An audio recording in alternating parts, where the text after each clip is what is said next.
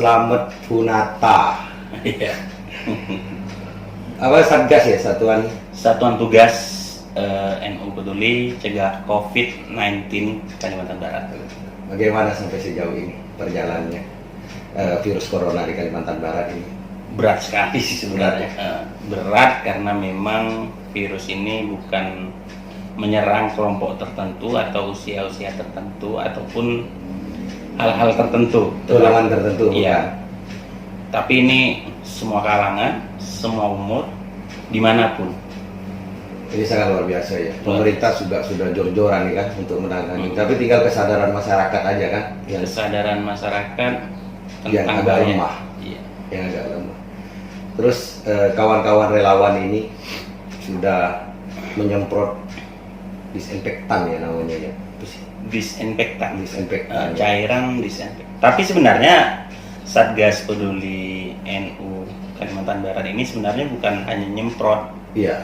tetapi juga mengkampanyekan, menyebarluaskan pamflet-pamflet tentang bahaya dan cara untuk mensterilkan, cara mencuci, berbagi masker dan sebagainya. Banyak sekali ya. Banyak sekali. Iya. Termasuk yang terbaru adalah pengawalan dalam penjemputan para santri yang datang dari luar Kalimantan Barat. Yang santri yang mondok di luar, Iya. yang beberapa hari ini kan sering datang nih. Jadi dikawal khusus ya. Di kawal khusus kita bergerak dari tanggal 28 sampai nanti data yang masuk itu tanggal 17 terakhir. 17 terakhir ya. Dan itu ronde continue.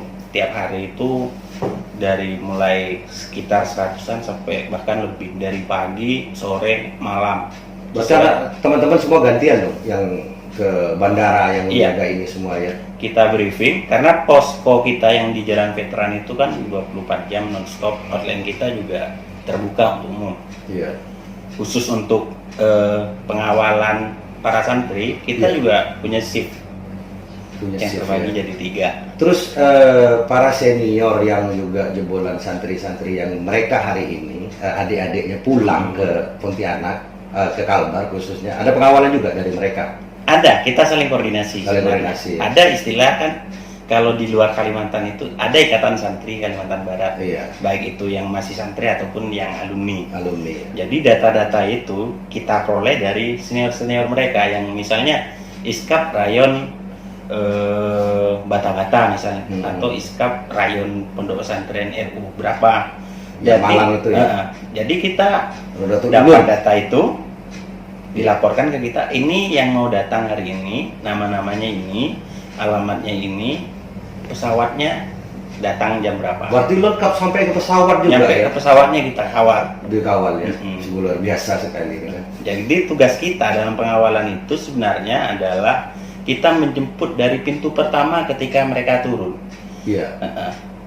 Mereka akan membawa surat kuning namanya. Surat kuning itu didapat oleh para santri yang pulang. Misalnya dari Jawa Timur naik dari Juanda, mereka akan dapat surat kuning itu. Nah, tanda-tandanya itu setelah keluar dari pesawat di Bandara Supadio, kita kawal. Jadi para wali atau orang tua yang menjemput kita tidak memperbolehkan untuk menyentuh anaknya sebelum kita menyemprot bawaan barangnya. Bawaan barang. Jadi nanti di bandara ada petugas yang mengarahkan ke tempat-tempat tertentu. Artinya kalau sudah ada kartu kuning, berarti pihak pondok pesantren juga sudah mempersiapkan sebelumnya. Iya. Sudah memberikan tanda bahwa ini santrinya. Berarti betul-betul dijaga bener ini. Iya. Ini luar biasa Sangat sekali luar biasa. kan. Makanya saya mengapresiasi kepada pesantren-pesantren yang meliburkan para santrinya. Dalam hal ini berarti pesantren itu memang sangat mengantisipasi dan sangat sadar bahwa COVID-19 ini benar-benar luar biasa mengganggu dan sangat berakibat fatal. Ya gimana tidak mengganggu. Kita lihat saja hari ini.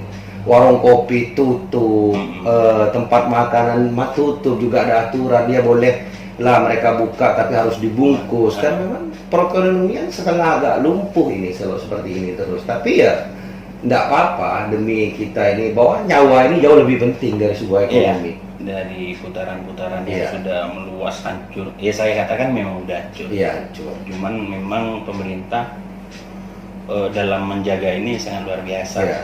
Lockdown nggak terjadi misalnya. Saya pernah baca artikel satu, presiden mana itu berkata begini, saya bisa mengembalikan ekonomi yang rusak, yang runtuh, tapi saya belum bisa mengembalikan nyawa orang yang hilang akibat virus corona.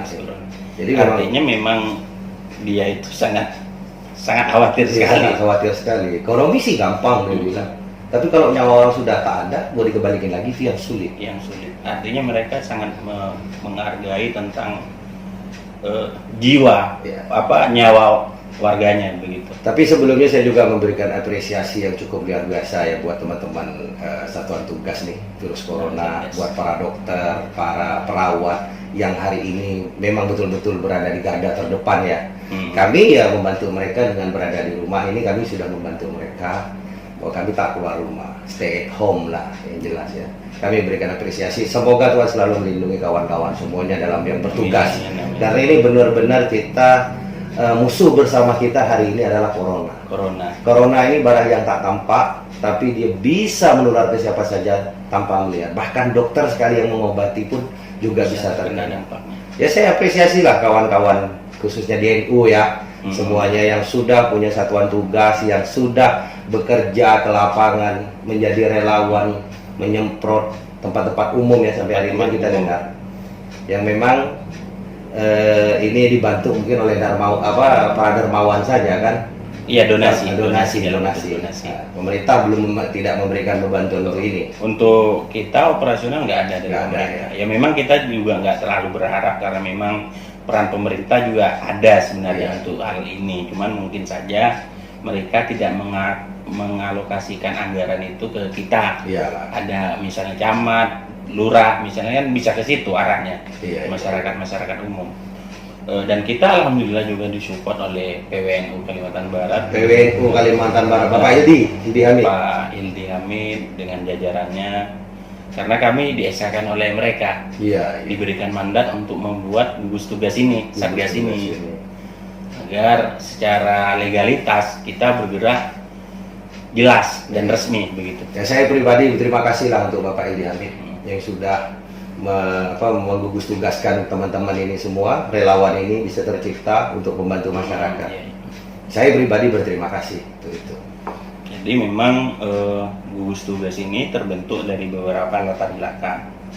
Ada yang memang dari relawan luar kader NU, ada juga yang memang jamaah NU cuma nggak termasuk jamiah NU.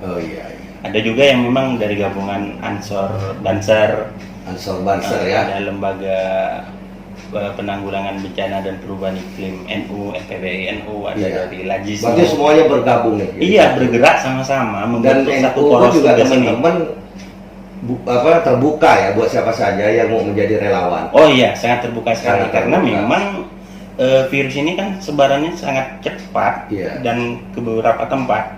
Kami kewalahan sebenarnya untuk bergerak di situ. Misalnya kita saat ini penggiringannya di bandara dan nanti malam subuh ini kita bergerak di pelabuhan Wikora karena sekitar ada 1.000 sampai 2.000 santri itu datang dari Jawa, dan kami juga harus mengantisipasi. Kami tidak tidur untuk menjaga teman-teman santri-santri itu. Dan kami juga dalam tenaga ininya relawan kurang sebenarnya, makanya kami berharap ada gugus tugas baru dari lembaga atau Banomen UDI tingkatan cabang maupun di luar NU sekalipun, dari teman-teman ormas ataupun komunitas untuk bergabung atau membentuk sendiri minimal. Kalau memang tidak mau berbentuk sendiri harus bergabung. Kita bawa Corona hari ini musuh kita bersama. Bukan musuh NU. Bukan. Musuh kita bersama masyarakat. Jadi masyarakat yang tak ada kegiatan boleh bergabung untuk menambah tenaga. Kasihan juga kan kawan-kawan ini satuan tugas ini yang tak tidur nih, istirahatnya paling berapa jam lah. Ke rumah tutup pintu, nanti pagi berangkat lagi. Kami tidak digaji, kami tidak ada apa-apa. Kami bergerak dalam hal bentuk kemanusiaan aja, nggak ada yang lain. Nah, dalam hal ini tentu biasanya ada yang nyinyir nggak sih masih dalam hal-hal begini? Sangat banyak. Banyak sekali. Bahkan ada beberapa teman-teman saya pribadi tuh ada juga yang ngapain kamu jaga-jaga kayak gitu, nyemprot-nyemprot kayak gitu. Ada, cuman ada masih ya. ya kita sudah terbiasa dengan Sudah hal terbiasa. itu. Hal kemanusiaan saja yang seperti ini masih ada yang nyinyir. Ya mau diapain lagi? Namanya kan negara apa plus 62 ya. Bro, saya kasih tahu ya bro, kalau nggak bisa bantu, minimal doain lah, nggak usah nyinyir. Ini persoalan kemanusiaan. Kalau nanti yang kena keluargamu, baru lu jerit, Iya. bilanglah ini dan itu. Kita tidak usah jadi manusia yang selalu mengomentari persoalan orang. Kita sudahlah tidak bantu, tidak ini, tidak itu, malah nyinyir lagi. Kalau kita doain kena nanti repot juga, salah lagi kita. Hal gitu tuh kita tinggalin lah. Ya tinggal diam aja atau doakan kami kalau Ya. memang nggak terlalu suka gerakan kita. Cuman alhamdulillah saya lihat terakhir ini respon masyarakat udah mulai enak. Enak ya. Bahwa Mungkin sudah merasakan lah. Iya, merasakan mungkin ada sana keluarganya yang mondok, yang mungkin dengar apa isu di Jawa itu lebih keras dibanding di sini misalnya, Iya, korbannya lebih banyak. Mungkin bentuk kekhawatiran itu yang membuat mereka perlahan itu sadar. Bulan sadar. Ya memang menyadarkan masyarakat kita ini kan memang agak sedikit sulit nih. Agak sedikit sulit. Mereka butuh bukti Nggak sebenarnya. butuh bukti. Iya. Ya cuma kan kalau bukti-bukti itu sudah ada banyak korban. Misalnya Iya. kemarin di Senggawang kan ada tuh. Iya iya. Cuman memang sebelum pemantauan kami dia datang seorang santri katanya begitu.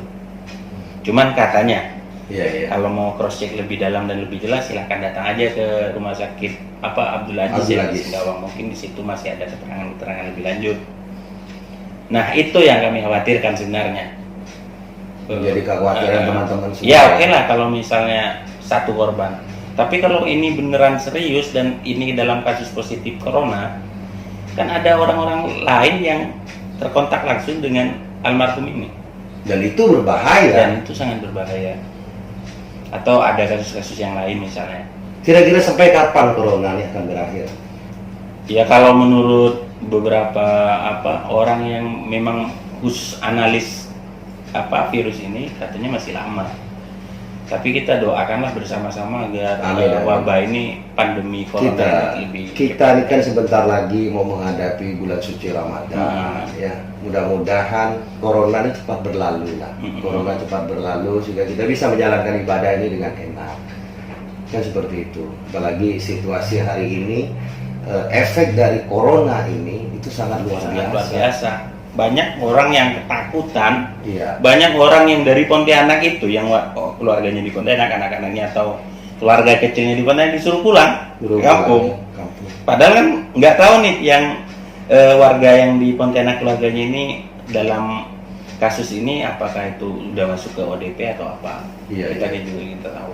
Makanya teman-teman yang dari Pontianak yang memang sering bergaul dengan teman-teman yang datang dari Pulau Jawa ataupun dari luar negeri, diharapkan ketika pulang kampung periksalah. Periksa ya, jangan malu. Iya, Jangan malu. Kan biasanya gini, dia habis jalan-jalan malu nih mau ngasih tahu nih, malu dirinya. Padahal corona ini, kalau kita memberitahu terlebih dahulu, oh saya ini Iya. gejalanya seperti ini, saya habis dari ini, memberitahukan riwayat perjalanan dan sakitnya, mungkin akan mudah ditangani. Dan tetap relawan siap bantu. Siap bantu ya kan. Kadang-kadang ada yang malu nih, ada yang bilang saya dengar itu Takut ini penyakit karena keturunan ini apa segala macam, padahal kalau dia mau jujur saja sedikit tidak masalah kan. Iya. Oh saya terkena corona, kita berobat aja tidak masalah, dan itu lebih tidak membahayakan orang lain. Iya, iya. Dengan kalau dia tidak jujur, justru ini lebih membahayakan orang banyak, kan lebih kasihan lagi. Ya cuman di samping keseriusan gejala COVID-19 ini, kami dari relawan itu berharap benar ke warga, ke masyarakat Kalimantan Barat khususnya untuk jangan khawatir, jangan takut, gitu. Yang penting makanan teratur, minumnya teratur, jaga kesehatan, gizi yang cukup. gizi yang cukup. Khawatirnya nanti gara-gara ketakutan virusnya nggak ada, cuman ketakutan itu yang mengganggu jiwanya. Lalu bisa sakit kan? Bisa sakit. Ketakutan Sebenarnya itu. nggak perlu khawatir. Iya. Ketika kita melakukan hal-hal yang memang ya seperti biasalah, kurangi aktivitas di luar itu sebenarnya udah cukup menjaga. Ya. Sudah menjaga. Social distancing ini kan. Lebih aman sebenarnya. Harapan kepada pemerintah. Oh ya, pemerintah belum disinggung. Kalau pemerintah gimana ya, saya kurang apa. Kalau dari pusat udah beberapa kali presiden itu kan berapa triliun untuk corona ini, cuman kan aksesnya mungkin ada sistem yang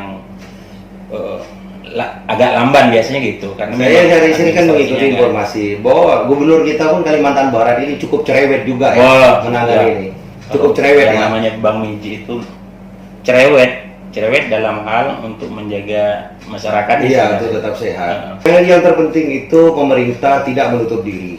Dia harus buka selebar-lebarnya aduan dan koordinasi bagi masyarakat yang ingin berkoordinasi dan bertanya.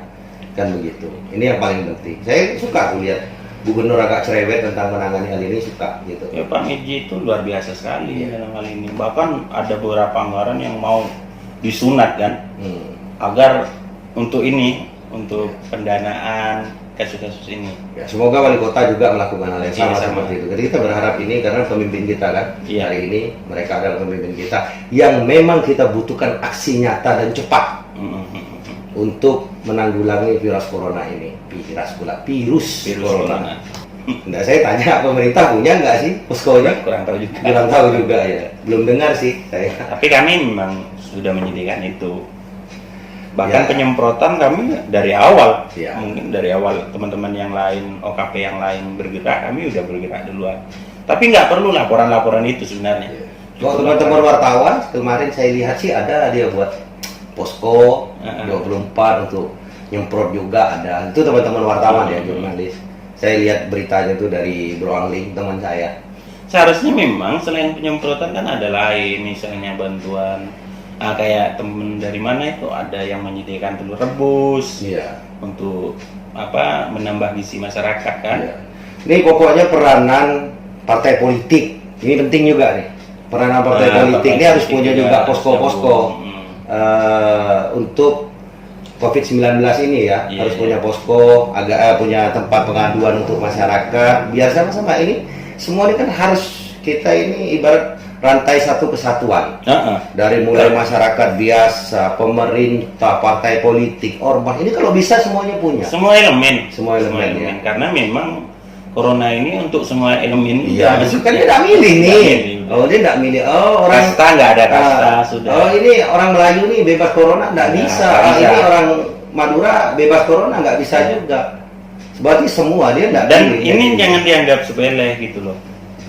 Di Italia itu kalau nggak salah karena masyarakatnya yang pertama kali masuk corona awal-awal di Italia itu sangat antipati gitu. Nggak percaya. Nggak percaya bahwa bahayanya corona seperti ini, mereka nggak percaya. Jadi dibawa santai sehingga lululan tak loh hari ini. Rumah sakit yang paling terhebat saja di sana chaos juga. Bahkan Ini yang jadi persoalan. Untuk pasien penderita yang kemungkinan tidak ada harapan hidup atau penderita corona yang masih ringan itu tidak diperbolehkan masuk rumah sakit di Italia. Khusus yang berat ya. Khusus yang berat yang bisa diselamatkan. Iya, yang nggak bisa diselamatkan. Udah dibiarin aja gitu. Dibiarin aja. Itu berita di Itu kalau sempat di Indonesia seperti itu ribut tuh juga. udah ribut, perang saudara udah. Sudah ya. Ya kita bersyukurlah, mudah-mudahan kota kita ini, Indonesia khususnya, semoga cepatlah berlalu wabah corona ini. Ini harapan kita semua. Ini kan harapan kepada masyarakat, Bang. Kira-kira Harapan kepada masyarakat agar masyarakat